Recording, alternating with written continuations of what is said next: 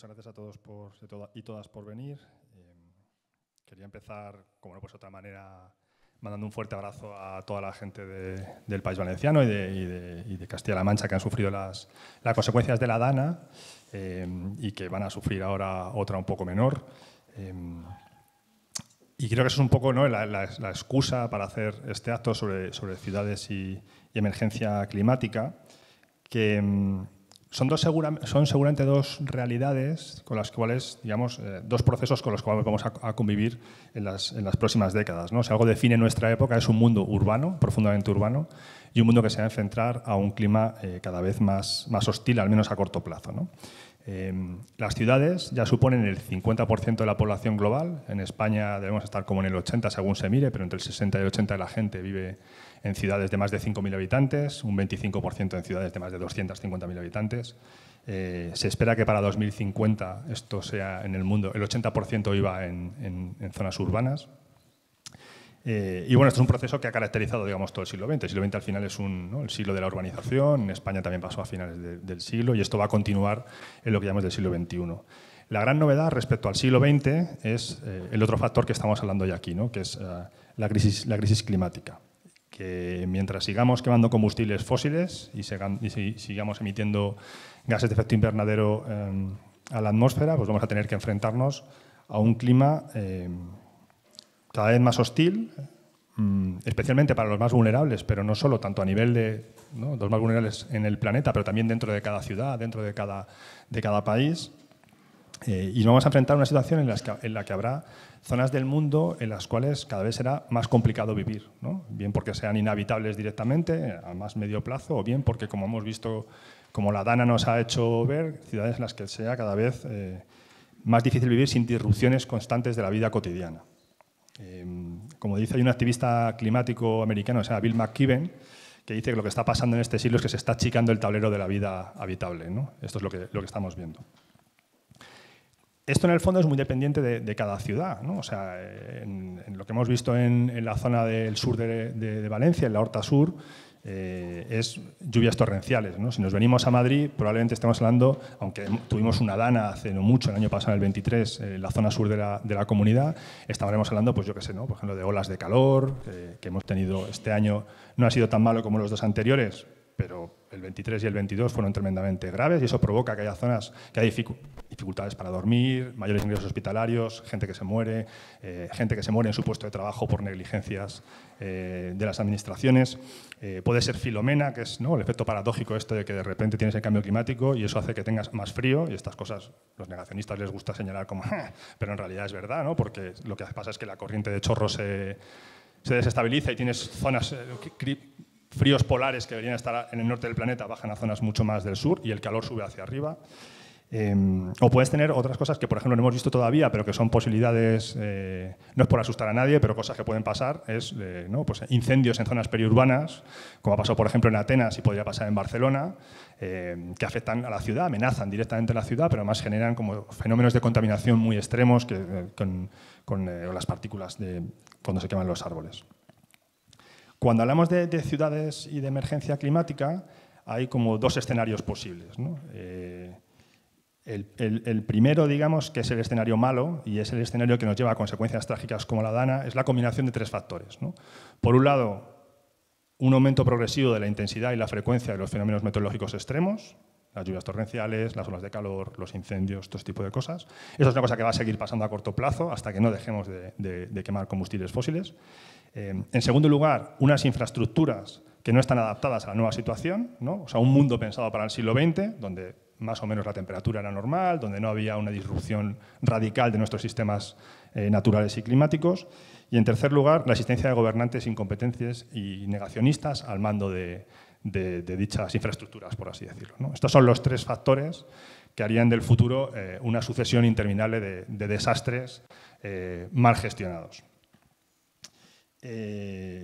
Ahora bien, yo sé que probablemente esta semana sea como Vivimos en general tiempos oscuros, esta semana no es de las mejores, con esto que hemos pasado la Dana, las consecuencias que hemos visto de la manipulación de la extrema derecha de la Dana, todo el tema de los bulos que hablará luego Patricia y la guinda del pastel, la elección de un negacionista de la primera potencia mundial como Donald Trump. Pero yo sí quería acabar con una nota más optimista, más esperanzada, que es el otro escenario, el otro posible escenario, ¿no? Que es hacernos cargo de estas tres situaciones.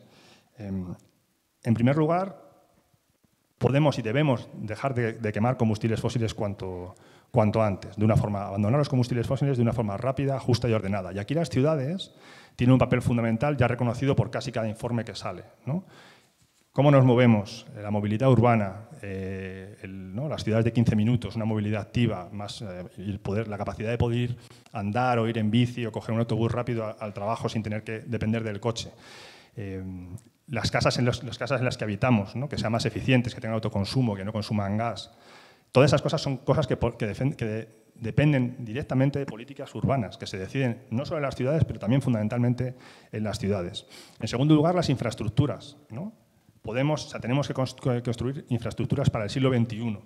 En el caso de las ciudades, pues, ¿no? Evitar construir en zonas inundables, que es una cosa que se ha dicho durante muchísimos años y que ahora, después, en este momento se ven las consecuencias terribles que tenía no hacer caso a las reivindicaciones de las demandas de científicos y activistas ecologistas durante tanto tiempo, pero también, digamos, que sean ciudades más saludables y más sostenibles, ¿no? En el sentido de, no sé, tener más zonas verdes y que estén distribuidas equitativamente, que tengamos más zonas verdes en Vallecas, no solo estén en el norte de la ciudad, o que tengamos, digamos, edificios que, además de ser que consuman poca energía y que produzcan pocas emisiones, pues sean zonas, edificios donde uno quiere vivir, ¿no? Donde tengas calorcito en invierno y fresquito en verano sin necesidad de tener que poner aire acondicionado todo el rato. Y la última condición, ¿no? Y ya con esto acabo, es pues, tener gobernantes que se centren y que tengan la emergencia climática y la transformación urbana como prioridades, ¿no?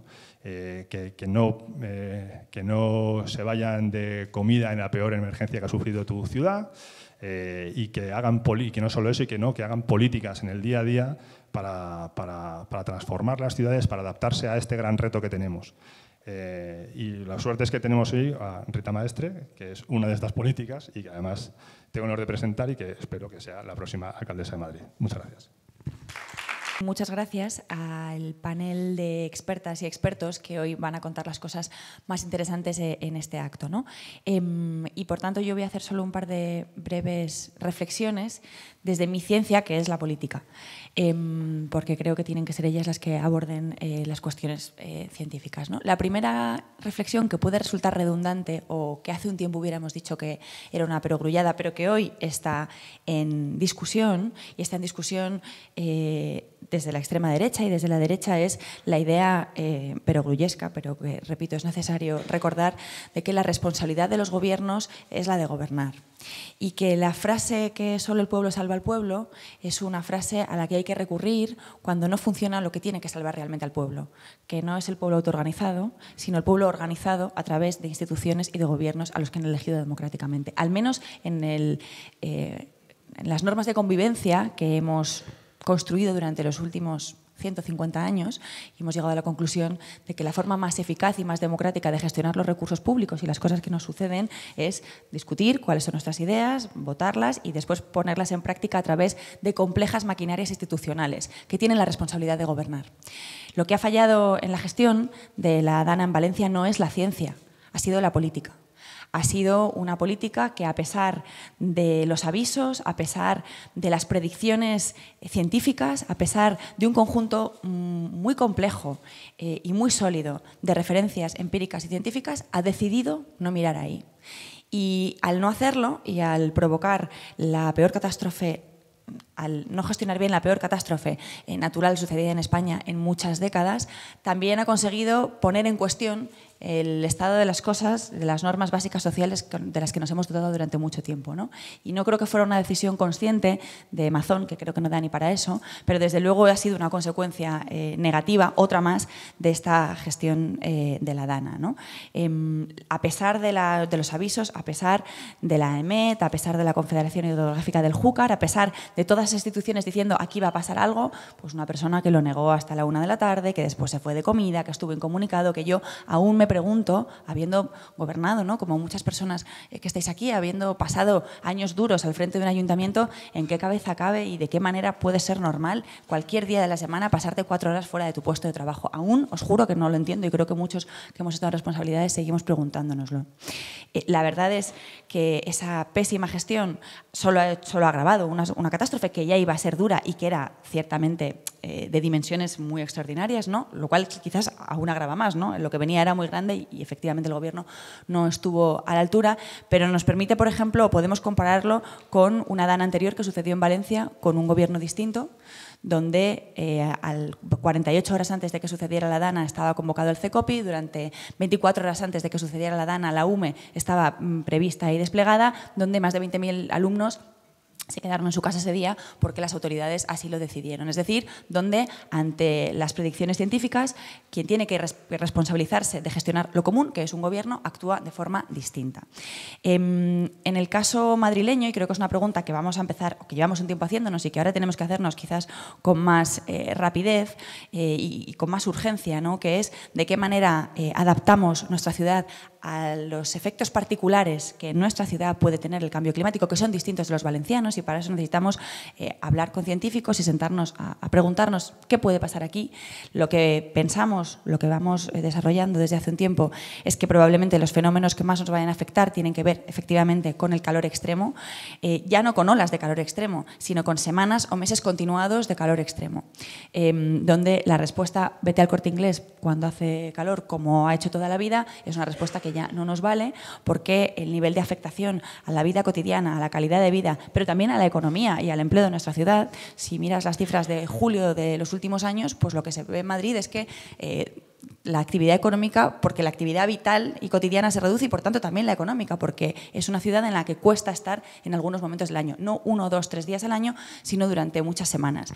Todas las políticas que tienen que ver con la adaptación de la ciudad a ese cambio climático, pero también con la reducción de la que hablaba Héctor y de la que tampoco debemos olvidarnos, dar por sentado que esto ya es así y no podemos hacer nada, no podemos dar por sentado que esto va a ser igual de malo siempre, tenemos que concienciarnos y trabajar políticamente para reducir los efectos, pero también adaptar la ciudad a esos efectos. Eso tiene que ver con la renaturalización, tiene que ver con las sombras en los colegios, tiene que ver con los juegos de agua y con las piscinas, tiene que ver con cosas que hace 3 o 4 años parecíamos, como siempre, unos hippies cuando hablábamos de ellas, y que hoy son el centro de la actividad urbana de las ciudades que quieren transformarse para básicamente seguir siendo lugares en los que se puede vivir, en las que todo el mundo puede vivir, porque como también señalaba Héctor, y sabemos bien, las consecuencias de las catástrofes climáticas cada vez más extremas y cada vez más frecuentes no nos afectan a todos por igual.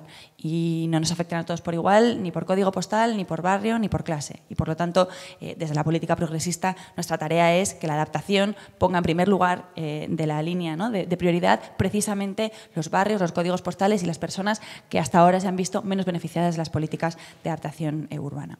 Así que, por una parte, la tarea de la política es recordar que mientras nadie acabe con ello, vivimos en sociedades complejas organizadas a través de gobiernos e instituciones en las que creemos y en las que confiamos y que tienen la responsabilidad de gestionar nuestra vida en común. Que la solidaridad es maravillosa, que la empatía es el mejor sentimiento humano con el que podemos levantarnos cada mañana, que es un motivo de orgullo que todos nos hayamos llorado delante de la tele y hayamos ido a ayudar a los valencianos, pero quien tiene que gestionar lo común son los gobiernos a los que responsabilizamos de ello, que no pueden confiar ni en la solidaridad privada, ni en la anónima, ni en la voluntaria, ¿no?, por una parte. Y la segunda parte, y ya termino. Quizás, como siempre, aunque durante un tiempo pensamos que esa batalla se habría terminado, la tarea de la política progresista hoy es luchar desde la razón y desde la ciencia contra las fuerzas del oscurantismo. Digo que parece que quedó atrás porque en algún momento, ¿no?, dimos por sentado que habíamos secularizado nuestras sociedades, habíamos colocado en el centro, digamos, el sueño de la razón ilustrada y bueno, pues la gente podía tener sus creencias, pero estaban, digamos, fuera del ámbito de lo común y de lo que constituía los consensos básicos de nuestras sociedades.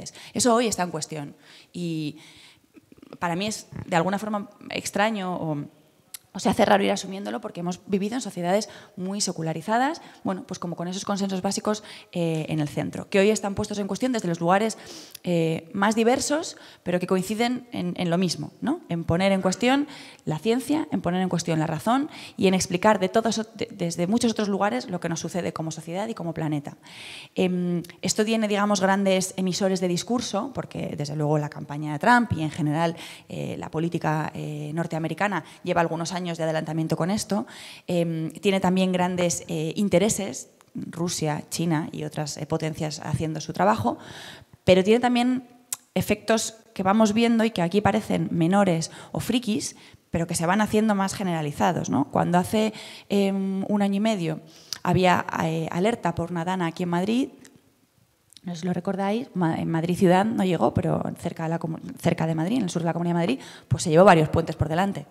Bueno, pues ese día, al día siguiente, lo que hizo el alcalde de Madrid fue cargar contra los avisos de la EMET, porque no había llegado, y lo que hizo el director general de Economía de la Comunidad de Madrid fue explicarle a los ciudadanos cómo podían desactivarse la alerta en el móvil. Además de un conjunto de opinólogos de derecha y extrema derecha que consideraban que esa alerta en el móvil era la mayor invasión de la privacidad que un ciudadano había vivido en este loco siglo XXI. Parecen frikis, ¿no? Pues un tuitero, bueno, pues eso es un movimiento que va creciendo y va haciéndose más fuerte y que en la gestión lamentable del Partido Popular en Valencia, de la Dana, ha encontrado una oportunidad para avanzar posiciones, desde los bulos, que ahora hablaremos, desde de alguna forma la impugnación del sistema institucional y democrático del que nos hemos dotado durante muchos años. Y por eso, repito y termino, parecía una tarea antigua, ¿no? Parecía una tarea, un check que ya habíamos hecho en nuestra vida. Bueno, ya hemos asumido que vivimos desde la ciencia y la razón y que sobre eso constituimos nuestra sociedad. Bueno, pues eso ahora lo tenemos también que volver a poner en valor y digamos, en una de las líneas prioritarias que tenemos. Creo que hay que hacerlo en términos ofensivos, no defensivos, ¿no? Los frikis son los que piensan que nada está sucediendo a nuestro alrededor o que nos vamos a salvar solos sin que nadie nos ayude y sin que la ciencia o las instituciones puedan hacer nada. Pero tenemos que combatirlo, porque esos pequeños frikis que hace 5 años parecían 1, 2, 3 en Twitter, hoy están organizados, hoy son parte de una corriente internacional que está desgraciadamente a la vanguardia de muchos cambios políticos en otros países del mundo, y aquí tenemos que ver desde lejos, pero con urgencia y preocupación, la tarea que nos toca a nosotros desde el progresismo, que es defender que la ciencia y la razón sigan siendo los mejores lugares desde los que construir una sociedad que junto al humanismo pues probablemente nos permiten mirar como digo, con empatía y con solidaridad y con también esperanza de futuro a las sociedades que queremos construir. Así que bueno, son 2 tareas, que los gobiernos gobiernen y recordar por qué es la responsabilidad de gobernar y la de defender contra las fuerzas del oscurantismo medievales, decía el otro día un compañero con toda la razón, pues la razón y la ciencia. Y es una tarea que tenemos que darnos todos y todas, muy especialmente los que estamos aquí, pero con mucha otra gente fuera también. Creo que yo ya estoy. ¿He terminado? Ponente es Elvira, que es la responsable de la campaña de adaptación en municipios de Greenpeace y que viene a hablarnos de adaptación en ciudades y municipios. Hola, buenos días. Pues muchas gracias por invitarnos, por darnos este espacio aquí para hablar de un tema que también como organización pues cada vez estamos abarcando pues con más interés y con más profundidad. Por supuesto, seguimos haciendo hincapié en que hay que mitigar el cambio climático, o sea, la causa de todo esto que estamos viendo es el aumento de las emisiones y, por tanto, pues no podemos dejar de decir que es importante, ¿no? Y ahora que, por ejemplo, estamos en plena COP de clima, hay que tomar medidas ambiciosas y dotar de la financiación necesaria, ¿no? Para que esas medidas se puedan llevar a cabo y para que también los que están sufriendo más los efectos del cambio climático, sobre todo países del sur global, pues puedan tener la financiación necesaria para poder hacer frente a esos daños que están viviendo. Pero tenemos que hablar inevitablemente de adaptación, que ha sido algo que pues, ha tenido menos protagonismo o menos relevancia porque, desgraciadamente, pues hasta hace relativamente poco, ¿no? Manejábamos unos escenarios de cambio climático en los que pensábamos que esto que estamos viviendo ahora iba a llegar más adelante, ¿no? Y eso pues, servía un poco como excusa, por así decirlo, ¿no? Para no tomar otras medidas que eran necesarias. Pero ahora lo estamos viendo, desgraciadamente, ¿no? Que que ya está aquí, que por mucho que digan que siempre ha llovido y que siempre ha hecho calor, pues no es así. Sí que ha habido, evidentemente, calor y lluvias torrenciales. El cambio climático no se inventa nuevos fenómenos meteorológicos extremos, sino que los agrava, los hace más frecuentes o incluso hace que aparezcan en zonas donde antes no aparecían, ¿no? Entonces, ante eso, como sociedad, nos tenemos que adaptar. Y como decía Héctor, pues las ciudades, ¿no?, los municipios son unos puntos claves para esta adaptación, porque es donde cada vez se concentran más personas y además en el futuro pues cada vez vamos a ser más los que vamos a estar en las ciudades, ¿no? Las zonas rurales también tienen otros retos, pero en el caso de la adaptación pues estamos poniendo un foco bastante importante en el tema de las ciudades. Y aquí quería también, antes de hablar a lo mejor de algunos ejemplos y medidas, que bueno, me he traído algunas imágenes porque a veces hablar de conceptos es más fácil visualizarlos, quería hacer también hincapié y también por dar un poco esa visión esperanzadora, ¿no?, de que con la adaptación tenemos una oportunidad, ¿no?, y tenemos una oportunidad ante estos retos tan terribles que estamos viendo, con las consecuencias que estamos viendo, pues ahora con la DANA ha sido totalmente devastadora, más de 200 víctimas, pero por ejemplo no podemos olvidar que con las olas de calor la devastación no es así, pero no es tal como por ejemplo con una inundación, pero mueren muchísimas más personas por causas atribuibles al calor en las ciudades. Solo en 2022-2023 unas 8.000 personas en España debido al calor, ¿no? Entonces, son muy diferentes los eventos extremos, pero también se nutren unos a otros. Un terreno con sequía, al que le cae una lluvia torrencial, la inundación es mucho más grave que si no fuese así, ¿no? O un entorno de calor extremo pues agrava incendios, que luego también pues un suelo quemado se agravan también las inundaciones. Es decir, que no los podemos tampoco tratar así como parches, sino tener en cuenta que se retroalimentan un poco unos a otros y pueden agravar las consecuencias.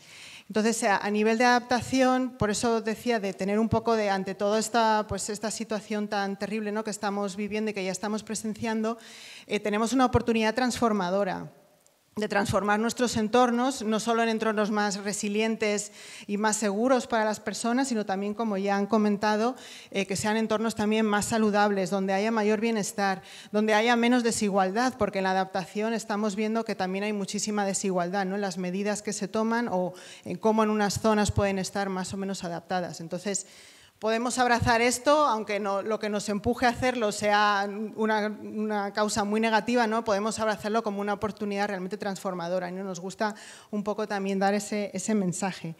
Entonces, hablando ya un poco más concreto de qué se puede hacer, ¿no?, de qué medidas se pueden tomar en las ciudades, pues hay distintos niveles, ¿no?, y como decía, tenemos que tener en cuenta los distintos fenómenos extremos. Lo primero de todo, tenemos que tener planes de adaptación. Ahora mismo pues, no son obligatorios, son voluntarios, algunos municipios los tienen, otros no, algunos los hicieron pues, hace 6 años, otros son más recientes. Entonces es importante que todos los municipios empiecen a considerar los planes de adaptación como una política necesaria más, ¿no?, y que sea una política que sea revisada a medida que vamos avanzando y vamos conociendo más los riesgos, también va avanzando la ciencia y también van avanzando las soluciones, ¿no? Entonces, en ese sentido, bueno, pues a nivel político se debería tener en cuenta esa parte de la gestión.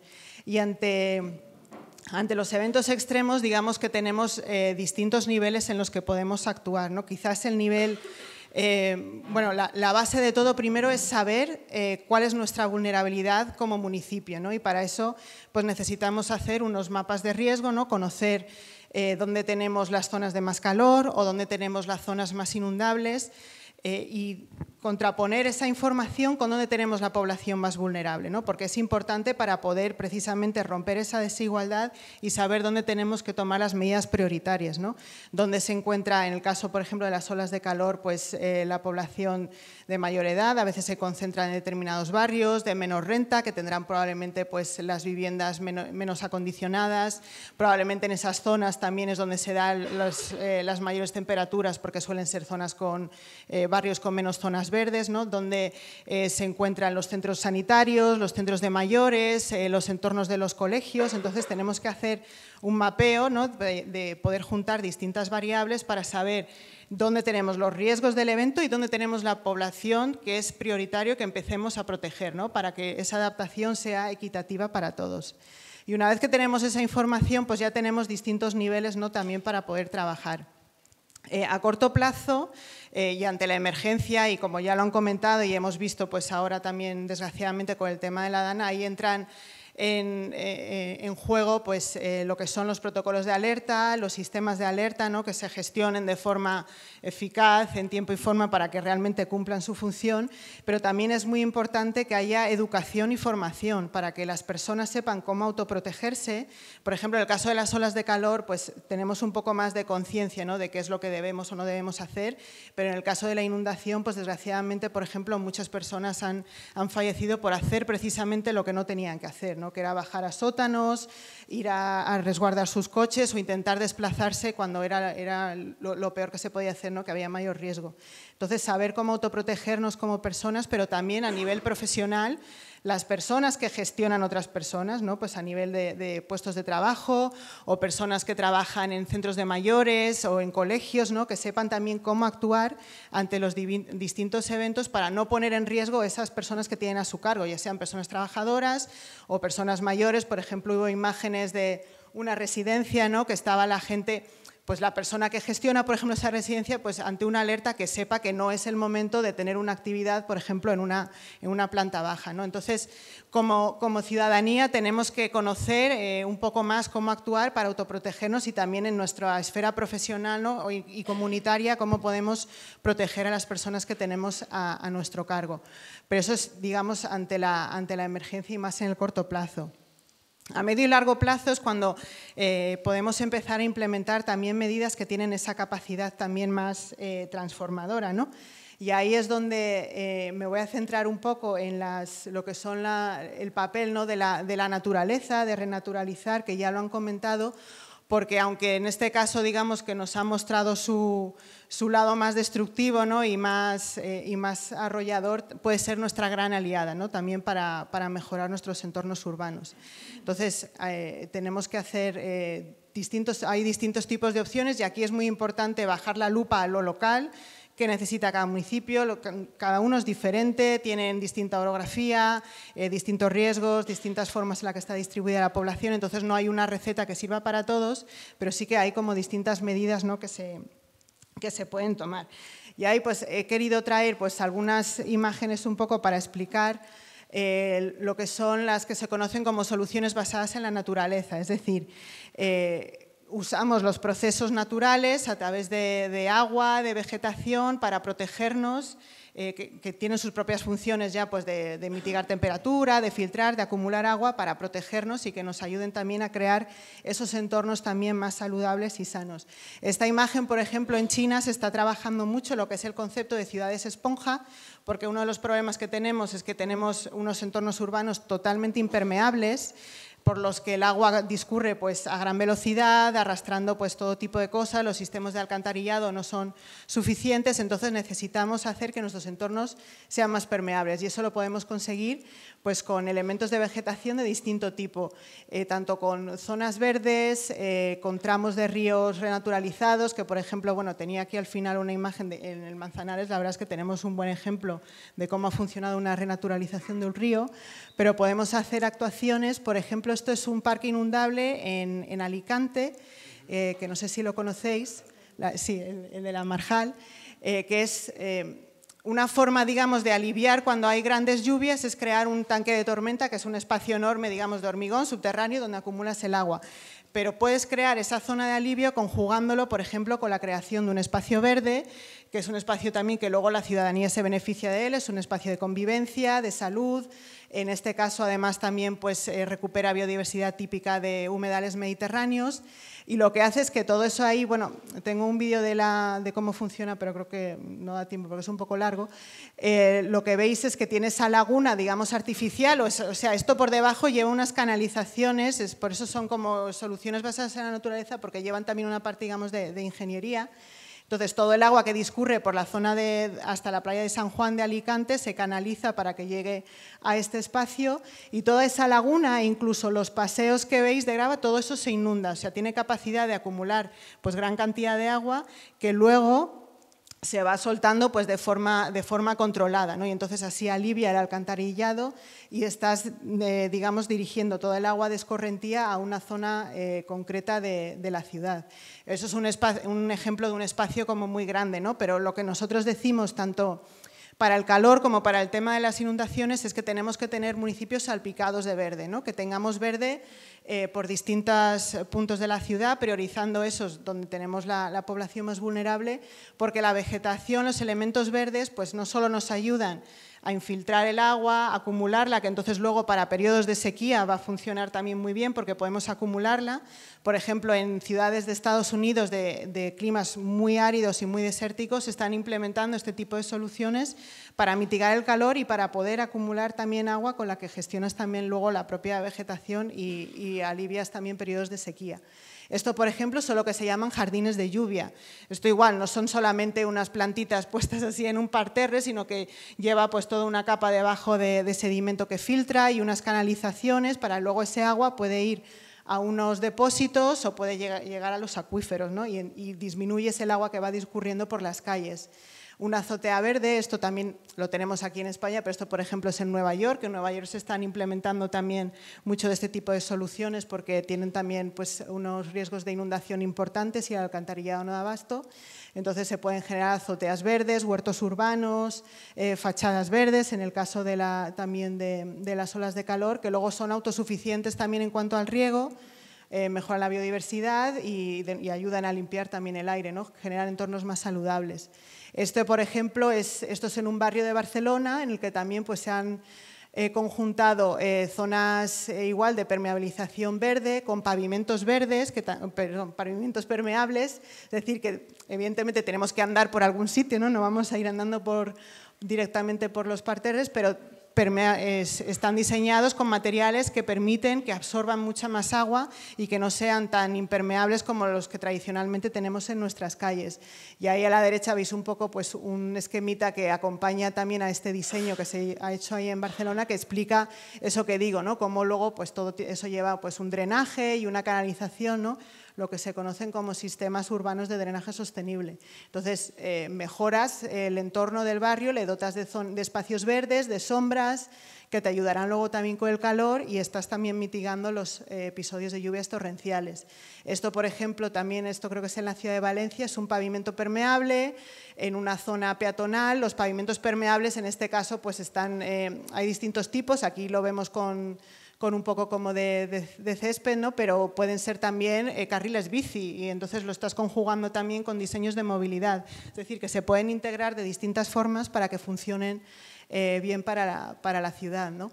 Y luego, por supuesto, lo que decía de pensar dónde tenemos las personas más vulnerables, los patios de colegios se están convirtiendo en unos sitios en los que hay también mucha demanda comunitaria y social de mejorarlos, de cambiarlos, que no sean lo que se ha dicho siempre, ¿no? La tiranía del fútbol, ¿no? Que tenía solo un campo, sino que haya espacios de dispersión, de ocio para el alumnado, que por supuesto pues, también tiene sus beneficios a nivel de salud mental, pero luego que también sirven como refugio climático para la propia comunidad, ¿no? Luego generas estos espacios verdes dentro de los patios de colegios con sombras que en momentos de olas de calor pues, los puede utilizar también el barrio, ¿no?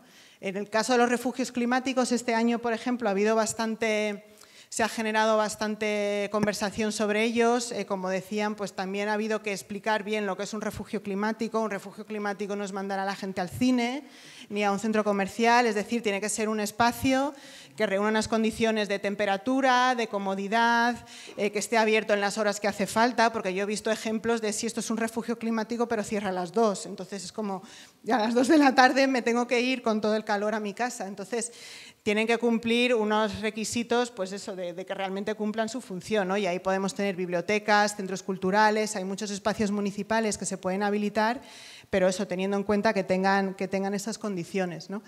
Y nada, y por último, pues eso, recalcar de nuevo la importancia que tiene también renaturalizar los espacios urbanos pues eso, para que la propia naturaleza, ¿no?, nos proporciona pues esa amortiguación de temperatura, de inundaciones, pero también los espacios periurbanos. No podemos olvidarnos que los sistemas están conectados.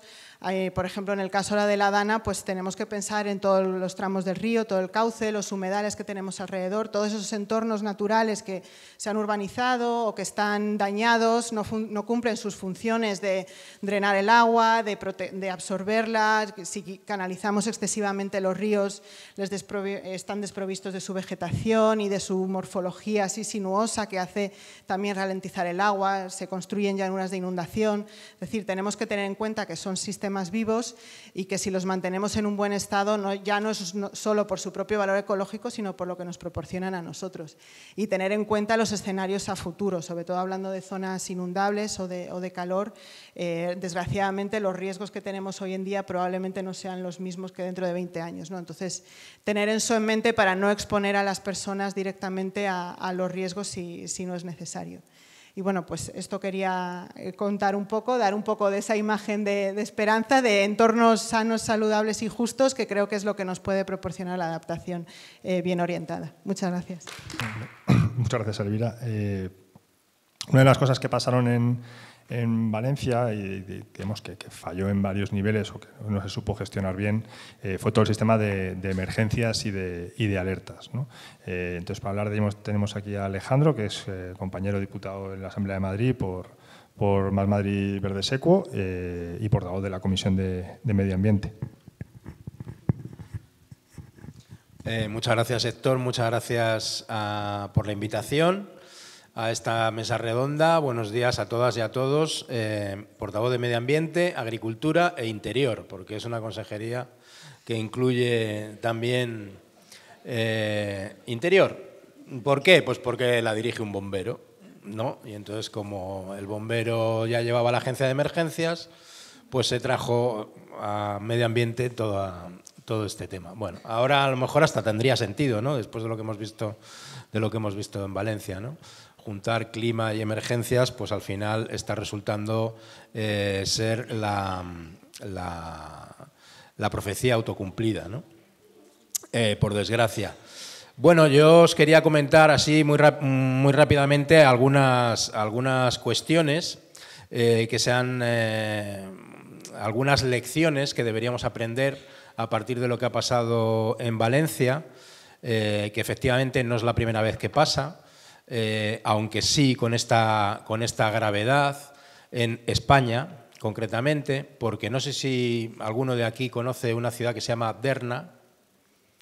Derna está en Libia, es una ciudad que en 2023 fue arrasada por una riada, era una ciudad de 50.000 personas, ahora mismo hay 30.000 personas desplazadas, de esas 50.000 murieron 7.000 personas. Ese septiembre de 2023, cuando aquí estábamos con otra Dana, justamente, allí se arrasó una ciudad entera por una riada catastrófica. Entonces, el Mediterráneo es una zona caliente para el cambio climático, valga la redundancia, es una zona muy afectada por el cambio climático, y los países mediterráneos deberían tomarse esta cuestión muy en serio, ¿no? Lo primero que hay que hacer, desde luego, es evaluar bien los riesgos. Esto es fundamental. Y entonces da mucha tristeza el que en estos días se pongan en cuestión por determinados partidos políticos, orientaciones, a las agencias gubernamentales de evaluación, que son las fundamentales, las herramientas fundamentales para cualquier sistema de emergencias, ¿no? En España tenemos afortunadamente una agencia de meteorología de muy larga tradición, con unos medios estupendos, que además está conectada internacionalmente y que tiene un sistema completamente homologado de avisos, de alertas y todo esto, ¿no? Entonces, y que, como todo el mundo ha comprobado, funciona. O sea, realmente da los avisos. Claro, la gente ve la tele y ve aviso amarillo, aviso naranja, aviso rojo. Es verdad que, y ahora voy en eso, hay gente que a lo mejor no identifica qué significa qué significan esos avisos, pero esos avisos, aparte de a la población en general, cuando ve al hombre o la mujer del tiempo, pues también se dan directamente a los servicios de emergencias de las distintas comunidades autónomas, ¿no? Entonces, es fundamental tener agencias gubernamentales sólidas que hagan ese trabajo. Ese trabajo de, digamos, diario, de prospección, pero también un trabajo de evaluación de riesgos, como se acaba de mencionar, ¿no? Uno de los trabajos fundamentales hoy en día de las confederaciones hidrográficas es esa evaluación de riesgos, ¿no? Por ejemplo, la evaluación de inundaciones, qué lugares pueden tener riesgo de inundación. Y aquí un paréntesis. Una de las lecciones aprendidas de esta DANA, de la DANA de Valencia, es que la evaluación de riesgos que tenemos hasta ahora no sirve. ¿Por qué? Porque los periodos de retorno que se venían calculando por parte de los ingenieros, de 100 años, de 500 años, para evaluar las zonas de inundación, han sido completamente barridos del mapa. Ayer venía un artículo en El País, lo habréis visto muchos, donde resulta que el periodo de retorno de la inundación del Barranco del Pollo es de 1000 años. Incluso se llega a sospechar, porque las mediciones no son muy buenas, que podría ser de 2000 o 3000 años. Un periodo de retorno de 2000 años, claro, no hay agencia que lo detecte en ese momento, ¿no? Entonces, esto tiene que estar en permanente revisión, ¿no? En permanente evaluación, ¿no? Esto es un tema muy importante y por eso es importante que los gobiernos pues, doten de suficientes medios a estas agencias de evaluación, estas agencias de prospección de riesgos, etcétera, ¿no? Como son las confederaciones, como es la Agencia de Meteorología o como son algunos otros elementos. Por ejemplo, esas agencias de cambio climático, esas agencias de estudio del cambio climático que tan mal le caen a la derecha y que tacha sistemáticamente de chiringuitos, hasta el punto de que en Valencia una de las primeras cosas que hizo el gobierno de Mazón fue eliminar la agencia de cambio climático que había puesto en marcha el gobierno del Botànic, ¿no? Estas agencias de cambio climático, pues una de sus funciones es precisamente pues, evaluar este tipo de cosas y cómo nos están afectando. Lo siguiente, los sistemas de emergencia. O sea, primero la evaluación. Tenemos que conocer lo mejor posible los riesgos a los que estamos sometidos. Lo segundo, tenemos que tener unos buenos sistemas de emergencias. Y aquí hay que decir que los profesionales de emergencias de España son de lo mejor, ¿vale? Pero no están dotados a todo nivel. O sea, aquí tenemos los parques de bomberos, sin ir más lejos, del Ayuntamiento de Madrid, con protestas porque no tienen los medios, porque no tienen los salarios, porque no tienen el personal suficiente para hacer su trabajo. Y te lo están diciendo los profesionales de emergencias. Lo mismo que se aplica al Ayuntamiento de Madrid, se aplica a toda la Comunidad de Madrid. En general, a los bomberos, los agentes forestales, el personal que trabaja en emergencias, protección civil, no tiene el personal suficiente y ellos mismos lo están relatando, ¿no? El otro día tuvimos en la Asamblea de Madrid a un agente forestal diciendo que ellos no pueden hacer los turnos 1-4 como están establecidos, tienen que hacer un turno de 1-1. O sea, hacen un día guardia, al día siguiente descansan, hacen otro día guardia, al día siguiente descansan, guardia de 24 horas. Esto no puede funcionar así, porque llega un momento que el personal de emergencias no está descansado, no está concentrado, no está lo que tiene que estar. Esto es una de las cosas que los gobiernos también se tienen que tomar muy en cuenta. Y la derecha en general a los bomberos no les tiene mucha estima porque es un cuerpo normalmente muy sindicalizado, bastante protestón y entonces en general pues los tiene como, bueno, que pues sí, ya sabemos que los bomberos están protestando todo el día, ¿no? Esto además es de siempre, no es una cosa nueva, ¿no? Entonces necesitamos unos buenos sistemas de emergencias y bien adaptados al siglo XXI, diría. Hace poco en Madrid también se nos cayó el 112 Se nos cayó el sistema telefónico del 112. El sistema telefónico del 112 ahora lo llevaba Vodafone y se cayó. Supuestamente tenía 7 niveles de replicación para que estas cosas no pueden pasar. O sea, que se te caiga el teléfono 112, en teoría, es como, esto no puede pasar, tendrá que haber un sustituto. Bueno, pues falló el 112, falló el sustituto del sustituto y del sustituto y así hasta 7 niveles. Total, que nos quedamos sin teléfono 112. Y el problema además fue que, por ejemplo, los bomberos, el 085 me parece que era el teléfono de los bomberos, ya no funciona, porque como estaba el 112, pues el 085 ya no funciona. Con lo cual, funcionaba el 091, funcionaba el 092, pero no funcionaba el teléfono de los bomberos. En medio, imaginaros si esto nos pasa en medio de una emergencia, ¿no? Concretamente en Valencia, el 112 estaba en protestas, estaba ahora mismo en protestas laborales porque no tenían los recursos suficientes. Y aquí esto se ha de tener también muy en cuenta, ¿no? Y luego, bueno, pues está toda la parte de cómo se implementa. Una vez que ya tienes la emergencia declarada, pues cómo la aplicas, ¿no? Y aquí sí que tenemos que entonar todos el mea culpa. Unos más que otros, obviamente, pero esto es una labor de la sociedad en general. La sociedad española no es una cultura de emergencias. No estamos en la emergencia. Todos habremos visto películas donde los niños de los colegios americanos hacen esos simulacros y salen todos. El profesor sabe por dónde tiene que sacar a los niños saben qué es lo que tienen que hacer. Y eso lo hacen continuamente y en todas las empresas, en todas partes. ¿Cuántos de vosotros habéis visto un simulacro en vuestro colegio? Bueno, mira, hay algunos, los más jóvenes, justamente. Pero esto es una cuestión súper importante, porque como ha dicho hace un momento Elvira, en las emergencias no es solamente lo que hace la administración, sino también lo que hace cada ciudadano y cómo los ciudadanos tienen que tener un concepto de autoprotección, tienen que saber qué es lo que tienen que hacer en una emergencia. Las emergencias más comunes en nuestra ciudad pues va a ser un incendio, pero también puede haber otro tipo de cosas, ¿no? Y para todo eso hay que tener más o menos unas nociones y estar más o menos preparado. Entonces, es importantísimo que los ayuntamientos tengan planes de emergencias.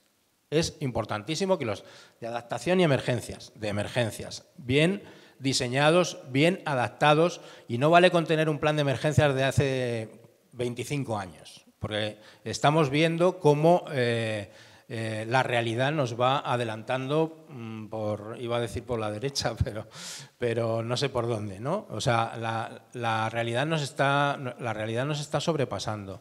Entonces, esto lo tenemos que tener bien claro, pero no solo los ayuntamientos. Es muy importante que efectivamente las empresas tengan también, las propias administraciones, digamos, cualquier centro de trabajo tenga también su propio plan de emergencias. Y para esto necesita varias cosas.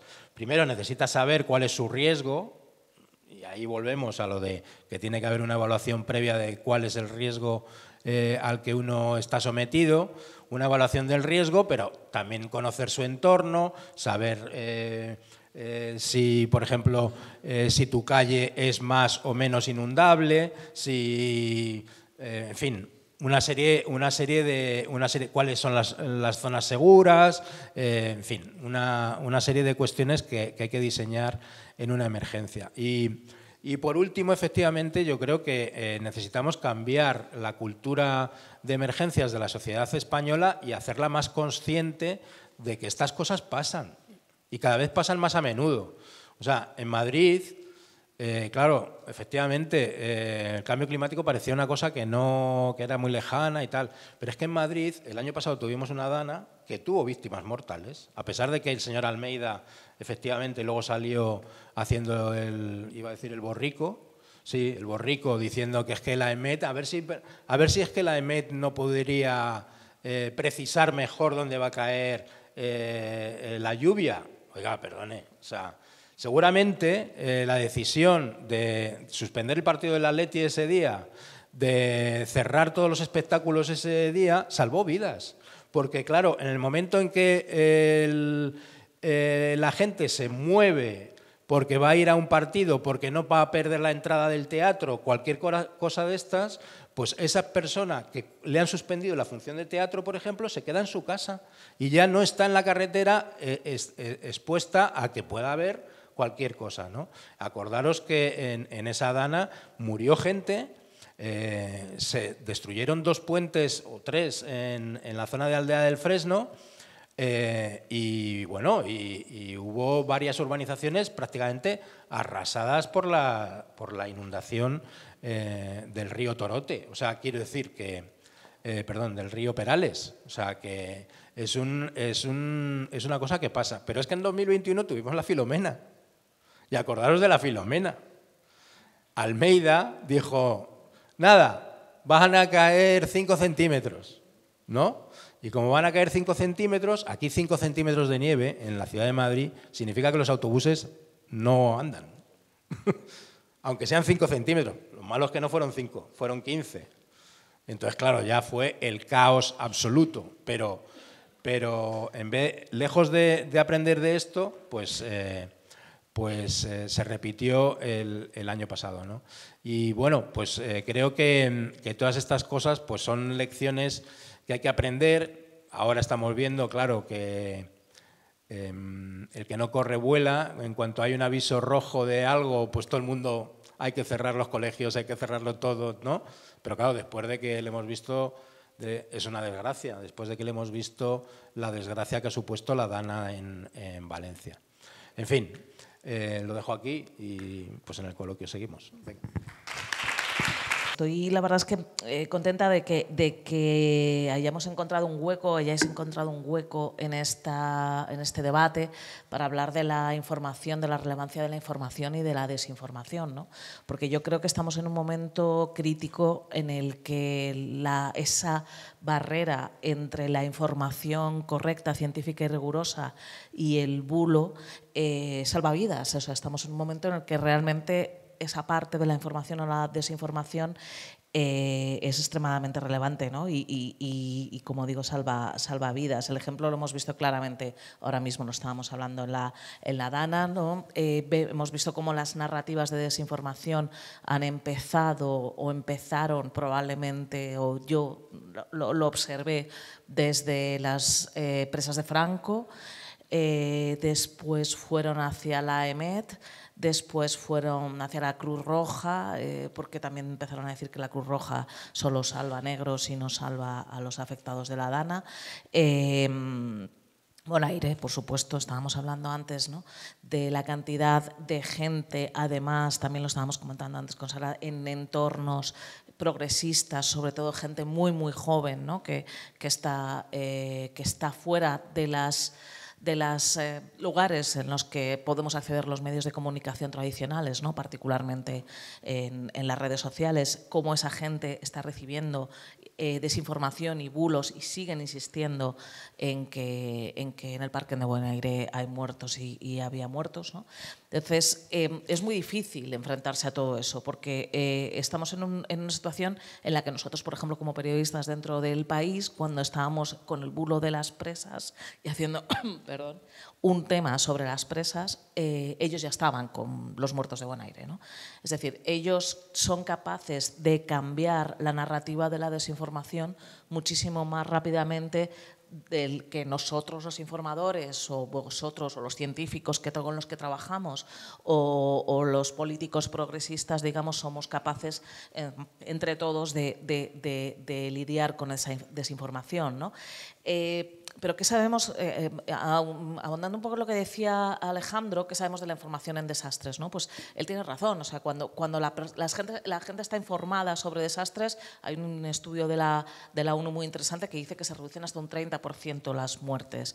Un ejemplo es Japón, por ejemplo, ¿no?, de la información en Japón. Japón claramente es un ejemplo de lo que tú decías de Estados Unidos también, pero en Japón, que están acostumbrados a otros desastres que tienen que ver sobre todo con los terremotos y los tsunamis, se han salvado muchas vidas con eso. México es otro ejemplo también, ¿no?, de cosas que pueden funcionar. Lo que pasa es que lamentablemente yo creo que aquí hay una cosa de fondo que es importante reseñar, y es que la ciencia, la tecnología y los expertos fallan, ¿no? Son falibles, y esto es algo que parece mentira que algunos gobernantes no entiendan. No solo no entienden, sino que encima ellos mismos son parte, lo que decías, ¿no? Alejandro, de los bulos de cómo es posible que la EMET fallara. No, la EMET no falló. Es que nosotros no entendemos las probabilidades, y no las entendemos porque tenemos una educación muy bala, la verdad, en ciencia y tecnología. Decía Carl Sagan en 1955, o sea, imaginaros que estamos rodeados de ciencia y tecnología, pero nadie sabe nada de ciencia y tecnología, y eso es una receta para el desastre, ¿no? Porque lo que decía él, fijaros, en 1955, al no entender cómo funciona la ciencia y la tecnología, el público es más susceptible a caer en el miedo, sensacionalismo y la desinformación, que pueden ser amplificados en tiempos de crisis, ¿no? Ahora mismo es exactamente esa la situación en la que estamos viviendo, porque en el momento en que no lo entendemos, la ciencia es indistinguible de la magia, ¿no? Entonces estamos en una situación en la que además lamentablemente esto va a ir a peor, porque estos eventos van a ir a peor. Y también van a ir a peor, evidentemente, por el cambio climático, también porque son más caóticos, ¿no? Esto lo hemos visto con este evento. Y también lo hemos visto, o estamos viendo, estamos trabajando, por ejemplo, muchos científicos, y en tecnología también se está trabajando un montón en la predicción o la mejora de la predicción de los sistemas climáticos, pero se está fallando un montón. Incluso la inteligencia artificial, hay un montón ahora mismo de empresas, compañías y instituciones públicas trabajando en la mejora de la predicción de los sistemas climáticos, pero así como sí que está funcionando en otras cosas, como por ejemplo en el cáncer o en la búsqueda de soluciones en nuevos fármacos, en la biotecnología, está funcionando porque las bases de datos que se utilizan, que son bases de datos enormes, gigantescas, y que se pueden meter en superordenadores y trabajar para hacer, pues eso, ¿no? Para buscar nuevos fármacos, por ejemplo, en los sistemas climáticos no nos está funcionando, porque esos datos ya no nos valen. Es un poco lo que decía Alejandro del artículo que publicamos ayer en El País, ¿no? Y porque esos eventos son, por definición, tremendamente caóticos y dependen de un montón de factores, ¿no? Y esos factores no se pueden meter en un superordenador para saber a dónde va a ir esa dana, ¿no? Por eso las predicciones o las previsiones o las alertas no es que fallen, es que se hacen de una forma que tiene que ver con el cálculo de probabilidades que la mayoría de nosotros y de la población no sabe gestionar, y lamentablemente, y esto para mí es lo más grave, los gestores tampoco, ¿no? No lo saben gestionar, y entonces dicen, bueno, pues que estos señores que dijeron la alerta roja resulta que no llovió. En muchos de los lugares, lo sabéis perfectamente, en los que la dana fue más terrible, no llovió nada, ¿no? O llovió muy poquito, ¿no? Y bueno, ¿qué se puede hacer para intentar mejorar esta situación de desinformación por un lado y mala información o bulos por otro, ¿no? Porque yo creo que son dos cosas diferentes. Probablemente no mucho, ¿no? Yo como periodista intento ser optimista, intento creer que el trabajo que hacemos sirve, pero la verdad es que yo estoy muy preocupada, ¿no? Yo creo que aquí hay dos fases quizás. Una es la de la educación de la población, como decíamos, empezando por los más jóvenes, que son realmente para mí lo más preocupante, ¿no? Incluso, ya digo, he visto un montón de gente joven de mi entorno, un entorno progresista, que me ha venido a decir qué pasa, por qué Pedro Sánchez oculta la cantidad de muertos que había en el parque de Bonaire, ¿no? Yo creo que probablemente todos los que estamos aquí hemos visto a gente que nos ha hablado de eso, ¿no? Y yo creo que aquí es, por una parte, la información, evidentemente, y por otra parte, la formación y no sé cómo llamarlo, la base legal. Es decir, aquí hay que hacer algo. Yo creo que expandir bulos no puede salir gratis. Y lamentablemente está saliendo gratis. Ayer veíamos que ING ha quitado la publicidad del programa de Iker Jiménez, pero el programa de Iker Jiménez es uno de los más vistos de la televisión ahora mismo, está en 4, que tiene un consejo de administración, que tiene efectivamente unos anunciantes, y no es de ahora además, ¿no? Pero lo que ha pasado ahora ha sido especialmente grave, evidentemente, porque esa desinformación cuesta vidas, pero estamos hablando de personas que están en medios de comunicación muy grandes, en televisiones, en redes sociales, generando esos bulos y dispersándolos, ¿no? Y eso yo creo que no puede salir gratis. Y eso yo creo que tenemos que llegar al acuerdo social y político para que haya alguna iniciativa legal que ponga a los bulos en el lugar en el que deben estar, que es el de la desinformación que causa muertes, ¿no? o por la que puede haber muertes en un momento dado, ¿no? Nosotros, mientras tanto, pues evidentemente intentar que la comunicación sea más clara, intentar hacer nuestro trabajo como periodistas de la mejor forma posible, seguir trabajando en desmentir esos bulos y seguir trabajando en la comunicación de los riesgos, porque de nuevo yo creo que no entendemos como población cómo funcionan los riesgos en general, ¿no? Pero los riesgos climáticos, es decir, es muy importante que empecemos a trabajar en esa formación de la sociedad, sobre todo los más jóvenes, y también en términos pues eso, de la sociedad de la información, es decir, desde los periódicos. El otro día también nosotros publicábamos ayer, bueno, se me hacen los días muy largos últimamente, pero ayer publicábamos una tribuna del País de Fernando Valladares, que es un científico climático que conoceréis, quizás os suene, que ha recibido amenazas de muerte por decir que esto se va a repetir y que esto va a ir a peor, ¿no? Y él decía cosas muy valiosas. La verdad, yo os recomiendo esa tribuna, porque él decía por qué cree que va a seguir, ¿no?, combatiendo en las redes sociales contra los bulos y haciendo su trabajo de información, ¿no? Pero él decía una cosa, sobre todo, que me gustaría dejar como reflexión final, que a mí me ha gustado un montón, porque yo creo que también muchas veces en estos momentos, lo vimos con la COVID también, que también me costó mucho trabajo vivir y que viví intensamente, hay de repente como una renuncia de la política, ¿no?, o de la mala política, por lo menos, hacia la ciencia, ¿no? Porque la culpa es de la EMET, la culpa es del señor que quitó la presa, la culpa que encima es mentira, además, la culpa es de tal, ¿no? Pero tú ¿dónde estabas, no? Tú que eres el responsable político, ¿tú dónde estás, no? Y él dice, la ciencia no es ni será la solución al cambio climático, tan solo aporta diagnósticos, herramientas y posibles salidas. Lo que dice él es, la solución a la crisis climática es humana, es política, y en esa solución, dice él, no hay lugar para el odio, ¿no? Pero yo creo que es muy importante, porque el foco es muy importante que esté puesto en la ciencia, en la tecnología, porque puede aportar muchas herramientas, puede aportar muchas soluciones, evidentemente, pero el foco es humano y es político, ¿no? Y por eso, bueno, me agradezco muchísimo que me hayáis invitado y que sigamos compartiendo en espacios como este. Muchas gracias.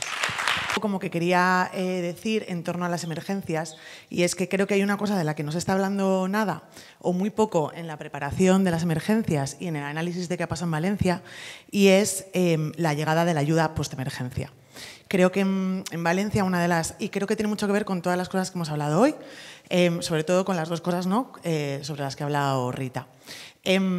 En Valencia, una de las grandes cosas que ha pasado después de la emergencia ha sido que, bueno, pues mucha gente se ha visto durante muchos días sin que la ayuda más básica que necesita para sobrevivir, agua, comida, ropa seca, refugio, llegara a sus casas. Y ahí es donde se ha organizado una gran marea solidaria de gente que ha tenido pues que salir de sus casas y ir a ayudar a toda esta gente. Yo creo que, en torno a lo que decía Rita, es muy importante que en una emergencia climática como la de ahora, a la que las ciudades europeas o del primer mundo no estamos tan probablemente acostumbrados a enfrentarnos a emergencias y a organizar esa ayuda de emergencia post-catástrofe, tenemos que organizarnos, uno, para que esa llegada de la ayuda esté organizada gubernamentalmente, y ahí los ayuntamientos, que son las instituciones más cercanas, tienen que hacer muchísimo y prepararse muchísimo y aprender a hacer ayuda humanitaria, para que eso no dependa de la voluntad y de la solidaridad de la gente. Hay organizaciones que llevan muchísimo tiempo haciendo ayuda humanitaria en muchísimos sitios donde ha habido catástrofes, y en esta emergencia no se ha contado con ellas o no lo suficiente para organizar esa ayuda, y entonces ahí las instituciones tienen que tener una labor fundamental. Y luego porque la ayuda es una herramienta de bulos, de desinformación y de desprotección de las víctimas principalmente. Porque, y lo estamos viendo, ¿no? No solamente con los bulos sobre Cruz Roja, que solamente ayuda a unas personas en concreto, sino, bueno, pues ha habido gente que con intereses terceros, oscurantistas, se han desplazado a las zonas afectadas a llevar y hacer ellos esa ayuda y a utilizar la ayuda justamente como una herramienta política, bueno, pues que pone en muchísimo riesgo a las víctimas y en general a la sociedad. Entonces, por eso la ayuda humanitaria tiene que ser neutral, tiene que estar coordinada por las organizaciones institucionales, por los gobiernos y por organizaciones que tengan un mandato de neutralidad, justamente para no utilizar la ayuda. Y creo que esto es fundamental y creo que se ha oído muy poco en esta emergencia, se ha hablado muy poco sobre lo mal que ha estado organizada la ayuda humanitaria y lo muchísimo y lo arriesgadísimo que es no tenerlo en cuenta en la preparación a emergencias. Entonces, poner este punto.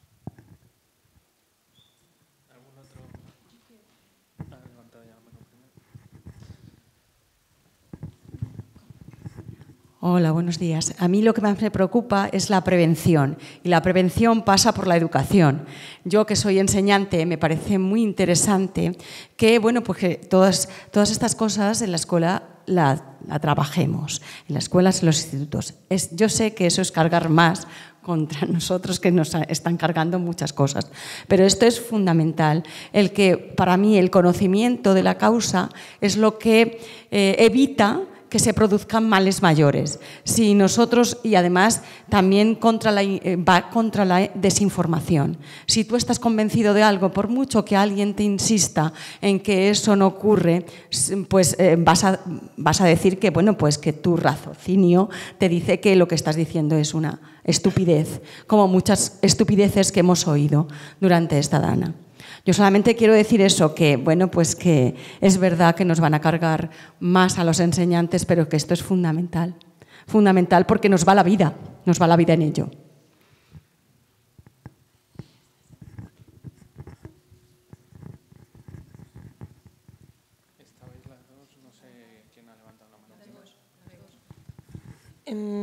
Sí, yo nada más, o sea, yo he vivido en México.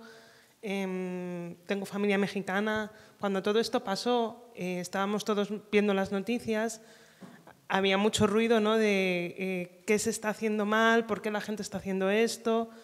Y claro, hay un aprendizaje que viene precisamente de haber vivido una emergencia. Cuando en México dicen va a haber un huracán, la gente sabe que es un huracán. Tú sabes dónde te tienes que poner, sabes exactamente que tienes que subir al piso de arriba, sabes que tienes que recoger tus muebles. O sea, hay toda una dinámica social que ya se conoce. Sabes que tienes que ir a comprar agua, sabes que tienes que tener el tanque de gas lleno. Y es triste, pero yo creo que un escenario como el que estamos viviendo puede servir precisamente para que, independientemente, y esto como política verde me cuesta decirlo, pero para que independientemente de que se identifique que el cambio climático es el responsable de las catástrofes, la gente sepa que tiene que saber qué hacer en caso de catástrofe. Y me parece que esto es una oportunidad precisamente para avanzar en partes de la agenda que llevamos repitiendo durante años, que se tenían que hacer cosas de mitigación, de adaptación, y el retardismo sigue y continúa. Pues esto es una oportunidad para decir no, o sea, es independiente si es cambio climático o no es cambio climático. Nosotros políticamente lo sabemos, políticamente sabemos que hay que adaptarse, pero quizás en todo esto de educación ciudadana, mira, es importante que sepas qué hacer en caso de inundación, es importante que sepas qué hacer en caso de ola de calor. Y eliminar esa parte que está siendo tan politizada, mal politizada y tan utilizada para negar que algo puede pasar. Porque no es culpa de las presas, y lo sabemos, no es culpa de que alguien haya decidido en algún momento no dar la alerta, y creo que eso, el saber qué quiere decir una alerta, el saber que cuando te dicen alerta roja es no tengo que coger el coche y si el agua empieza, no me tengo que subir al coche, tengo que bajarme del coche, es algo esencial para salvar vidas de aquí al futuro. Y este conocimiento es un conocimiento que también es social y se va transmitiendo. O sea, yo, pues eso, suena la alerta de huracán, tú sabes lo que tienes que hacer. Suena la alerta de terremoto, sabes lo que tienes que hacer. Hay carteles. O sea, ¿dónde están los carteles de que una zona u otra zona es inundable en España? No están. Entonces, todo eso, hay como un clima social. Y claro que, o sea, en México hay negacionistas y los hay fuertes, pero eso no quita para que luego la población sepa lo que tiene que hacer. Yo creo que la autoprotección en este momento también es algo en lo que hay que insistir. Se ha dicho mucho, pero creo que también a lo mejor tenemos que plantearnos insistir únicamente en la autoprotección como mensaje directo a la ciudadanía. No digo a los políticos y a los responsables que tengan que tomar medidas de manera estructural y con el largo plazo en la cabeza. Sí, o sea, nosotros sobre esto, por ejemplo, que lo tratamos mucho del Observatorio de Salud y Cambio Climático para el tema del calor, que es un aviso y una alerta muy diferente de las emergencias, pero creo que el modelo de adaptación es parecido. El modelo con el que trabajamos es una adaptación de círculos concéntricos. En el centro está la autoprotección de la persona, tú tienes que saber qué hacer y cuándo hacerlo, ¿no? Y esto es importante, y esto no es una cosa de educación, pero no es una cosa de colegios, es que hay que decírselo, o sea, nosotros en el calor tenemos que decírselo a la gente mayor, etc. Luego llevamos un segundo círculo que llamamos la adaptación comunitaria, ¿no? Que nosotros hacemos mucho hincapié en decirle a la gente la responsabilidad que tiene con la gente con la que vive. En el caso del calor es, o sea, nosotros en la campaña que hicimos era hidrátate, refréscate, protégete y recuérdales. O sea, recuerda a la gente más vulnerable que tiene un calor. Esto, el típico ejemplo que se pone siempre es la ola de calor de Chicago, en los sitios donde había más relaciones sociales y donde alguien te dice, oye, no sé qué, tal. Entonces, esto es muy importante porque eso no es solo que te salves tú mismo, ¿no? O sea, que la protección es como colectiva y hay una parte comunitaria. Y al final está una adaptación estructural, o sea, que hay instituciones que hacen políticas públicas para que tú sepas cuándo decirle a alguien lo que tiene que hacer, cuándo hacerlo tú y que te protejan de eso. Y eso se tiene que construir las tres cosas a la vez. Es verdad que nosotros a veces, cuando hablas de autoprotección, siempre salen de izquierda que te dicen, no, pero el Estado tiene que generar una cosa estructural, capitalismo. Y digo, bueno, es verdad, pero al final es lo que tú dices también. O sea, nosotros cuando hacemos cosas de alertas de calor, pues si tú no crees en el cambio climático, pues bueno, pues no crees en el cambio climático, pero bebe agua. Yo qué te digo, o sea, te vas a morir igual, ¿sabes? No te protege de esto. Entonces, en el caso de los huracanes es historia, entonces, es la misma historia. Entonces, ahí hay que hacer mucho hincapié de las instituciones y también desde los medios, claro, y también tenemos que saber cómo comunicar esos riesgos y hacer mucha más investigación en cómo comunicar efectivamente los riesgos. No sé si habéis visto los mensajes de la DANA, que son un tochaco así, ¿no? El gobierno anterior del Botanic hizo una biblioteca de mensajes de emergencias que suelen ser cosas de, o sea, huye, ¿no? O sea, no, esto es un poco de coña, pero que es como, ¿sabes? Inundación, corre, ¿sabes? Porque la gente no un mensaje gigantesco, ya me estás contando. Entonces, esto hay que hacerlo también, hay que generarlo, etcétera, ¿no? Y bueno, es otra de las tareas que tenemos. Sí, no, yo simplemente creo que tenéis razón. Lo que pasa es que lo que a mí me preocupa es que yo creo que estamos en otro escenario ya. Es decir, en México, por desgracia, o países como Japón, como decíamos, tienen una tradición, ¿no? de grandes desastres que no tenían que ver o que no estaban estrictamente ligados a una cuestión política como es el cambio climático, ¿no? Entonces ahora sí que lo personal es más político que nunca y en este caso hay un montón de gente, incluidos dirigentes, el dirigente del país más importante del mundo ahora mismo, que están cómodos en la mentira. O sea, ya no estamos hablando de que es que eso corre que vas a morir, es que incluso el mensaje de corre que vas a morir llega a ser político también, ¿no? Y estamos en una situación en la que nosotros, como por ejemplo en el periódico, estamos viendo como ya no hay un consenso sobre la verdad, ¿no? Y la verdad es que va a caer una dana sobre Valencia, luego podemos discutir sobre los niveles, pero esa es la verdad, eso no es discutible, ¿no? Y nosotros como periodistas trabajamos, por ejemplo, con esa materia prima de la verdad. Ahora la materia prima es que ya es discutible también en sí misma, ¿no? Y en el momento en que hay mucha gente más cómoda con la mentira, incluso aunque arriesgue la vida en ello o se arriesgue políticamente en ello, como es el caso evidente de lo que ha pasado en Valencia, es que yo creo que no es tan sencillo, o para mí no veo tan sencillo como, bueno, pues la formación, la base es la formación a la población, que por supuesto que sí. Pero es que estamos en un momento en el que yo creo que ya nos hemos dado la vuelta, está tan polarizado que yo veo realmente muy complicado cómo hacer eso.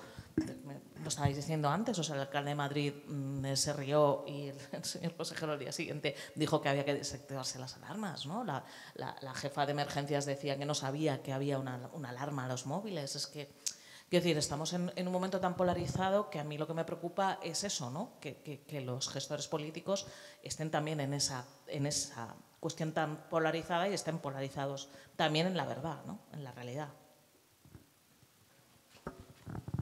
Le doy. Bueno, muchísimas gracias. Creo que es súper necesario espacios de conversación así, porque precisamente, y uniendo un poco la intervención de Rita y la tuya, me llamó mucho la atención y me gustó mucho cuando ayer en la televisión salió lo de cómo había gestionado la misma crisis el gobierno anterior, ¿no? Pero es que cuando las instituciones lo hacen bien, nadie lo señala, porque es lo que esperamos. Solo es noticia cuando lo hacen mal. Y eso, de alguna manera, alimenta la desafección de la ciudadanía. Entonces, no sé, desde nuestras instituciones, desde los lugares que ocupamos, cómo podemos conseguir que no se aumente ese desapego, sino que cuando se hace bien, de verdad, lo estamos haciendo bien, y eso no es noticia, pero de alguna forma tendríamos que ser capaces de comunicar y de que la gente entienda que el Estado está ahí, ¿no? Que yo creo que la contra sí lo tiene muy armado y por nuestro lado lo tenemos poquito armado. Sobre todo porque hoy yo represento a la Asamblea de Madrid, pues es que hoy es un circo la Asamblea de Madrid. Entonces, ¿es noticia la Asamblea cuándo? Cuando es un circo. Pero no cuando se hacen cosas bonitas o se llevan iniciativas o se aprueban cosas buenas. Y eso nos dejamos arrastrar un poco, ¿no? Todos por esa dinámica, y esa dinámica genera también trampismo, quiero decir, genera el no Estado. Entonces, yo creo que tendríamos como que repensar una línea, porque además las instituciones son muy ejemplarizantes.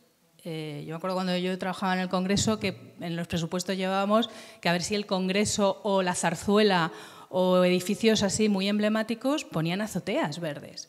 Porque es que cuando tú en tu comunidad de vecinos dices que quieres poner una azotea verde, todo el mundo se ríe de ti, porque no hay ejemplos, no hay sitios donde la gente pueda ver que es un modelo. O sea, un poco como lo del feminismo, ¿no? Que no hay modelos masculinos, pues esto nos pasa un poco lo mismo, no hay modelos verdes. Entonces también desde las instituciones, desde la política, tenemos que trabajar eso de la mano de la prensa, las redes, de cómo generar esa cultura. Porque eso me lleva a otra consideración, ¿no? Que es la de estamos en un momento de esa desafección, de esas incertidumbres, de este cambio. Ante el cambio la gente genera miedo, y ante el miedo resulta que la ciencia falla, lo decías tú, ¿no? La ciencia falla, pero la creencia es sólida. Tener fe es que no te pide nada. Y entonces, ahora mismo yo lo que veo es que quien gana terreno es quien da mensajes cortos de fe, de creencia, da igual. Tú estás ahí haciendo la batalla, ¿no? de explicar por qué todo, y ante el miedo no hay explicaciones, ante el miedo hay reacciones. Entonces, yo creo que también tenemos que aprender a ser más rápido. Y luego una última, y en esto también conecto con la toma de conciencia ciudadana individual, ya que estamos en una sociedad muy individualista, de que no solamente tenemos que aprender de medidas de autoprotección y de medidas de tal, sino que también tenemos que ser conscientes de que somos agentes activos en nuestro mismo entorno. O sea, que allá donde estemos podemos proponer que el entorno escolar donde están nuestros hijos e hijas sea mejor, y se proponga desde el AMPA. No esperemos a que papá Estado lo proponga, sino que desde la propia sociedad genera una demanda gracias a que nosotros somos agentes activos en cada uno de los entornos.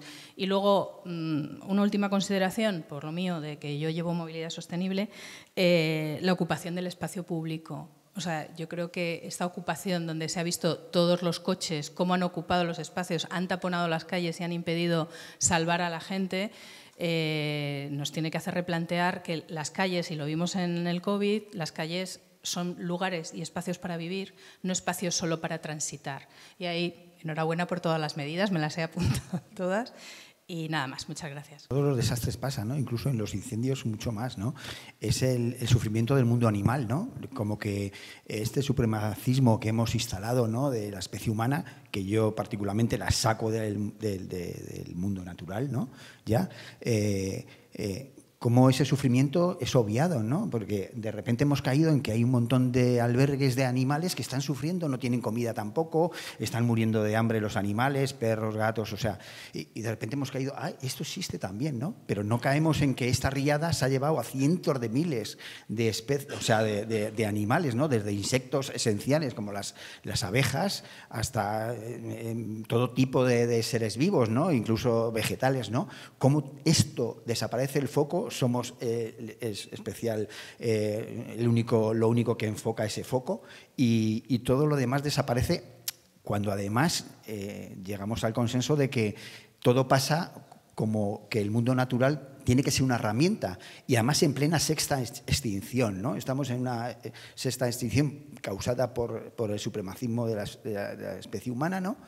Y todo eso como que se obvia en todo esto, ¿no? Entonces estoy súper preocupado, como que nadie habla de eso, ¿no? Nadie habla de todo ese sufrimiento que es inmenso, porque si hemos muerto 200, la cifra que se llegue, los cientos de miles de animales que se ha llevado esto, que ya sufrían, ¿no? Ya sufrían los por qué ha pasado esto, ¿no? Toda una zona desertificada, súper explotada, tomada por la especie humana, que ese mundo natural simplemente nos sobrevivía ya, y todo esto se lo ha llevado también por medio, ¿no? Entonces, creo que se debería de poner eso en el foco desde una organización como la nuestra, precisamente porque estamos enfocados en ello, ¿no? Tenemos tenemos una línea que nos cruza ecofeminista, ¿no? Que creo que es la solución al desastre en el que llevamos ya más de 100 años como especie, ¿no? Con respecto al planeta y todo lo que vive en él, ¿no? Sí, yo solo por comentar en ese sentido, es totalmente cierto. Una, por ejemplo, de las demandas también que hemos tenido de información por parte de la organización, pues ha sido también la afección, por ejemplo, al espacio natural de la Albufera, ¿no? ¿Qué va a pasar con esto? La cantidad de residuos que ha habido, ¿no? Residuos sólidos, pero luego sobre todo residuos altamente contaminantes, químicos, que son mucho más difíciles de limpiar, ¿no?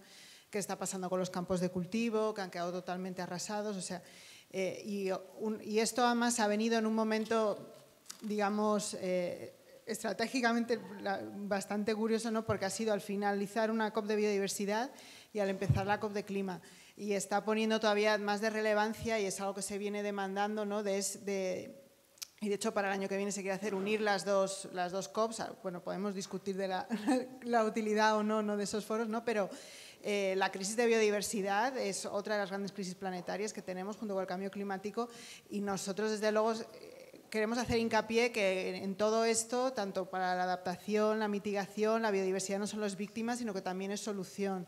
No solo porque la tenemos que proteger, sino porque nos va a proteger también a nosotros. Entonces es un ángulo que desde luego tenemos que trabajar mucho más, y por eso yo quería hacer hincapié cuando estaba hablando, ¿no? de volver a conectarnos con la naturaleza en nuestros entornos urbanos, pero también en otros, porque es una parte esencial de cómo podemos solucionar esto.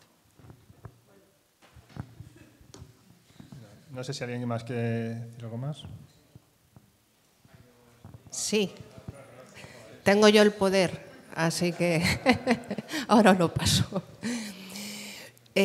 Bueno, yo quería haceros una pregunta, ya que habéis lanzado el turno de preguntas. Vamos a aprovechar, porque es algo que a mí me preocupa, ¿no? El cómo conjugamos muchas veces desde nuestro trabajo político, desde las instituciones, cómo conjugamos esa apuesta por hablar de transición ecológica, por hablar de cambio climático, por hablar de movilidad sostenible, con lo que tiene que ser también la justicia social a la hora de implementar todas esas propuestas o todas esas políticas, ¿no? Siempre decimos y hemos apostado porque tiene que haber una transición ecológica, pero que sea justa, ¿no? Para que sobre todo los más vulnerables no sean los que al final también sufran que esa transición se realice sin ellos o aparte de ellos, ¿no? Pero a veces a mí me da la sensación o la impresión de que en algunos ámbitos o en algunos aspectos o en algunos momentos hay que dejar un poquito más de lado los temas verdes, entendedme, ¿no?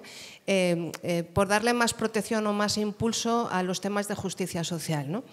Y en esos momentos me preocupa, ¿no? Porque parece que pierdes un poco de pie, ¿no? con respecto a los temas verdes para luego poder volver a hablar otra vez de ellos. Es decir, a veces pareciera que están como encajados, ¿no? Ahora toca hablar de esto, ahora toca hablar de esto otro y muchas veces no se pueden mezclar porque la percepción natural de la gente o el sentido común no invita a eso, ¿no? Yo muchas veces lo hablo con los temas de movilidad sostenible, ¿no? De seguir reduciendo el uso del vehículo, del coche contaminante, ¿no? En esa línea de dejar de quemar además combustibles fósiles, pero eso muchas veces choca con el sentido común de la gente, ¿no? Entonces tienes que salir con algo en positivo, impulsar el transporte público, pero sabes en el fondo que es necesario reducir el uso del coche, ¿no? Y no solamente fomentando el uso del transporte público, sino que haría falta tomar esas otras medidas. Entonces, no sé, estoy mirando sobre todo a los que estamos en instituciones, a los que estáis ahora desde ese lado, cómo compaginamos eso y cómo hacemos que una cosa no sea de lo que no toca hablar ahora, sino que al final estén todas conjuntas y no saquemos a una de la ecuación por intentar cuidar a la otra y viceversa. No sé si me he liado mucho o tal. O sea, yo por responder, yo creo que no tiene respuesta general. O sea, es que es una cosa concreta en cada tema concreto, en cada momento concreto. O sea, no hay, o sea, la justicia social y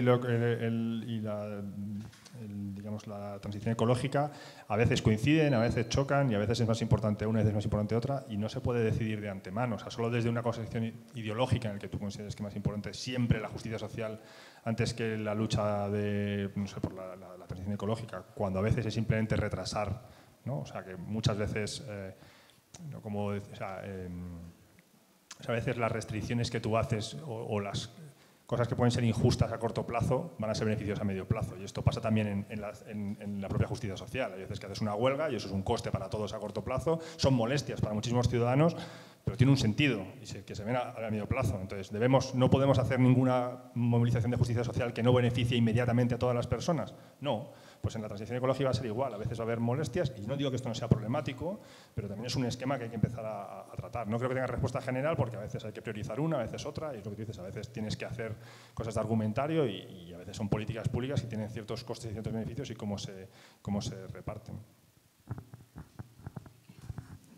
Yo solo por puntualizar ahí también hay un concepto en adaptación que es la maladaptación. Y es cuando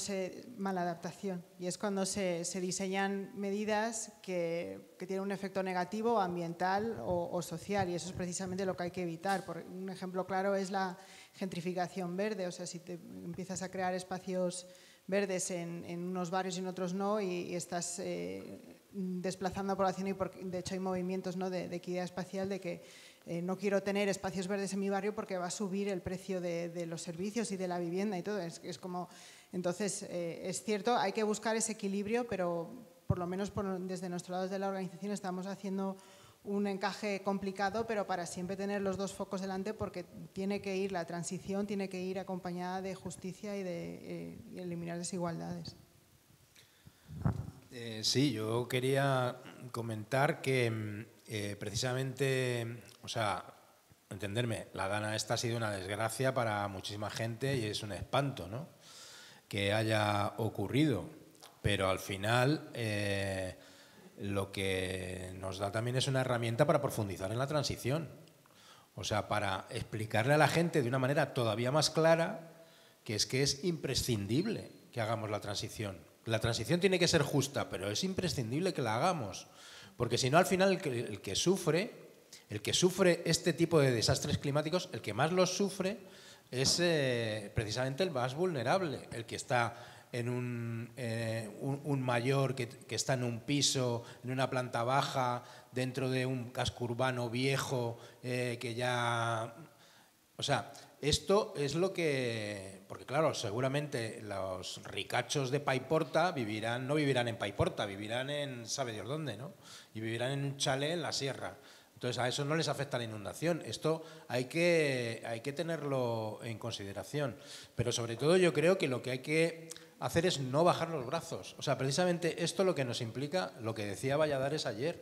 O sea, lo que nos implica es que no hay que bajar los brazos. Y es verdad que hay muchos bulos, hay mucha desinformación y hay mucha gente haciendo el mal. Pero es que no nos queda otra. O sea, verdaderamente, si los que hemos decidido estar en las instituciones para defender una serie de cuestiones, lo que no podemos es bajar los brazos frente al bulo porque se rían o porque digan que ya está el ecologeta de turno. O, bueno, a mí como me lo llevan diciendo toda la vida, pues tampoco ya llega un momento que ya no te afecta o te afecta poco. Pero esto verdaderamente, que lo decía Fernando ayer, hace daño porque te lastima internamente, pero tú crees que es que hay un bien superior que hay que defender, y es que hay que explicarle a la gente en dónde estamos metidos, que estamos metidos en una espiral muy jodida, muy chunga, y que para salir de ella, de alguna manera, tenemos que hacer una transición. Y es verdad que hay que adaptarse y hay que hacer mejores sistemas de emergencias y todo eso, pero sobre todo tenemos que hacer una transición, y esto es impepinable. Y lo que nos ha dado, por desgracia, como dijo aquel en su momento, ya no me acuerdo, yo soy muy malo para esto de las citas de gente inteligente, pero como dijo aquel, hasta que el agua del mar no entre por Wall Street, no se darán cuenta las grandes corporaciones de que el cambio climático va en serio. Pues esto es lo que nos ha pasado, y entonces hasta que no lo sufrimos en nuestras propias carnes, no damos el paso. Yo estoy seguro que Amazon no se va a volver a reír de una alerta roja nunca más. Pues esto es lo que es una desgracia, pero esto es lo que tenemos que inculcarle a la gente. Si os parece, voy a cortar aquí ya porque llevamos un buen ratazo. ¿Había una más? Yo lo mío era una pregunta, no una reflexión. Mira, yo quería saber si conocéis alguna ciudad que haya aprobado algún tipo de ordenanza o de plan estratégico de adaptación al cambio climático. Quiero decir, hay muchísimas medidas que se pueden adoptar desde criterios en contratación pública, un porcentaje del presupuesto destinado a cambio climático, campañas de sensibilización, paneles de expertos, pero quiero decir, desconozco y no sé si a lo mejor, Héctor, tú puedes comentármelo, o tú, si hay alguna ciudad que haya ya aprobado algún tipo de normativa de carácter estructural de adaptación al cambio climático. Y si no es así, si desde la Federación Española de Municipios y Provincias o desde la Conferencia de Ciudades hay algún tipo de acción pensada o de plan pensado para incluso proponer modificaciones legislativas en la Ley de Cambio Climático o en la Ley de Haciendas Locales para forzar a las ciudades, sobre todo a las grandes ciudades, a implementar este tipo de medidas. Nada más.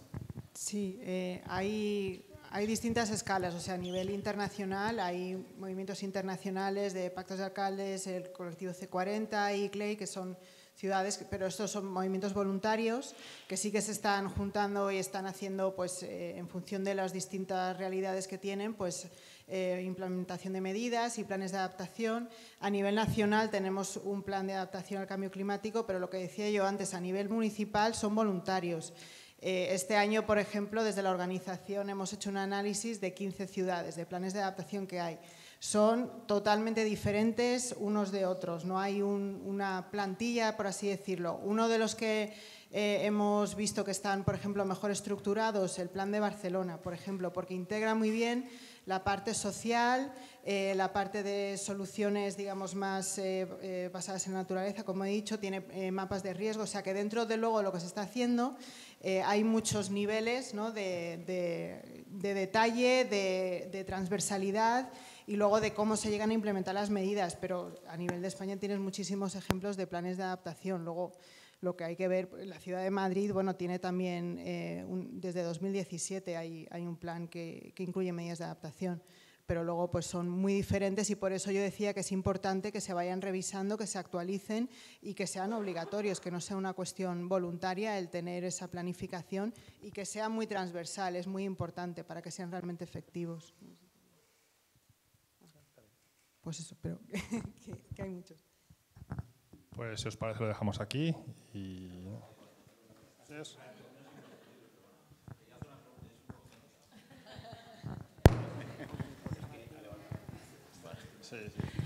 A ver, tiene que ver un poco con esta última pregunta y con cómo los ciudadanos percibimos o reaccionamos ante fenómenos complejos. Ninguno de nosotros entendemos cómo se calcula el PIB o el IPC o el índice de desarrollo humano o una serie de índices estándar, pero cuando nos afectan, por ejemplo, una vez al año sale el informe PISA, quedamos peor que Rumanía en matemáticas y de repente hay una revolución en toda la prensa y no hay otro problema como si nos importara muchísimo las matemáticas o la enseñanza. Entonces, la pregunta un poco es si existe o veis venir que dispongamos de algo como un índice unificado de vulnerabilidad climática para las áreas metropolitanas grandes de Europa, que sería más o menos el entorno en el que estamos, y que permita a la gente entender un fenómeno multifactorial como este o compararse con la ciudad de al lado, lo que sea. Yo personalmente sí creo que algo así ayudaría un poco a enfocar un poco el debate. No sé si alguno de vosotros tiene experiencia en esto. Bueno, lo que se está haciendo en las estrategias de clima a nivel estatal, a nivel de comunidades autónomas, es, según los escenarios de emisiones previstos, que hay distintos escenarios de más emisiones, menos emisiones, de neutralidad climática, de neutralidad de emisiones para 2050, etcétera, pues esto se aplica sobre el territorio y se van sacando unos mapas de vulnerabilidad. Eso sí, lo que pasa es que es como diría, es muy incipiente lo que se está haciendo porque primero no se ha contrastado, porque esto se está empezando a hacer ahora. Por ejemplo, la estrategia de clima de la Comunidad de Madrid pues tiene mapas de vulnerabilidad para incendios forestales o para inundaciones de aquí a 2050 por municipios, no por distritos, por cierto, pero sí por los distintos municipios, y te va dando como unos rangos de probabilidad de que en el municipio de, qué sé yo, de Colmenar Viejo habrá mayor probabilidad de olas de calor, sí o no, que ahora. O sea, pero es una cosa como muy incipiente, o sea, que se está empezando a trabajar en ello, y si hubiera más gente dedicada a esto que yo decía, de agencias de cambio climático y cosas así, pues estaríamos más avanzados. Pero bueno, ya se van haciendo cosas. Pero estándar tampoco creo que haya. No, hay distintas agencias que están sacando también, por ejemplo, de subida del nivel del mar, a nivel también de inundabilidad costera, inundación. Lo que pasa es que ahí es importante a la hora de, a lo mejor, lo que comentas tú más, de saber cuál es tu vulnerabilidad, que no solamente hay que ver cuál es el riesgo, la exposición a la amenaza, que puede ser pues eso, la inundación o el calor, sino ver dentro del municipio, me está afectando infraestructuras clave. Por ejemplo, en la Coladana se han quedado muchísimas depuradoras totalmente anegadas, ¿no? Infraestructuras clave, dónde está la población, lo que comentaba yo antes de que hay que contrastar el riesgo natural con criterios socioeconómicos para ver realmente si hay más o menos vulnerabilidad de la población. Pues ahora sí, espero. Nada, acabamos ya el acto. Muchas gracias a todos por venir, y que ha sido súper interesante. Y nada, nos vemos en el siguiente.